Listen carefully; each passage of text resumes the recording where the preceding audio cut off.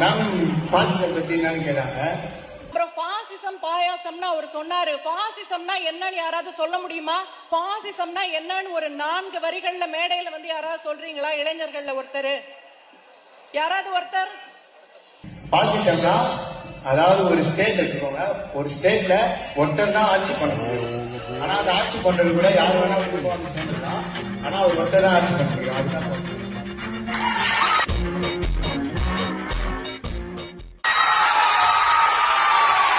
Ma'am இன்னொரு question கேட்டாங்க. திடீர் சார் பேசினாங்க. சார் பேசினதுக்கு அப்புறம் மேம் கேட்டாங்க, திடீர்னு வரவங்களை பத்தி கொஞ்சம் இதுவா பேசினாங்க. அதுக்கு ஒரு எக்ஸாம்பிள் சொன்னாங்க மேம். திடீர் அரசியல் பற்றி அவர் பேசினாரு. நீங்க என்ன புரிஞ்சுக்கிட்டீங்க? ஒரு கேள்வி கேட்கிறேன். இப்ப நீங்க ஒரு விமானத்துல போறீங்க.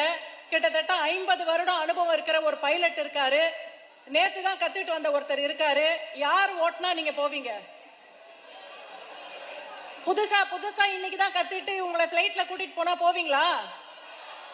அதுதான் திடீர் அரசியல். இத்தனை நாள் வேற என்னவோ பண்ணிட்டு இருப்பாங்க. இப்ப முதலமைச்சர் ஆசை வந்த உடனே என்ன பண்ணுவாங்க?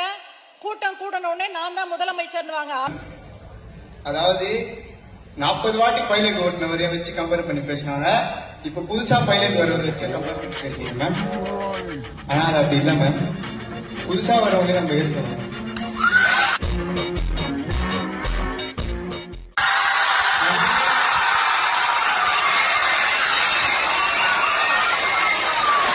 பழிசா உணவை மட்டும்தான் ஓடணும்னா அது அப்ப அவங்களுக்கு மரியாதை இல்லை மேம். அதுதான்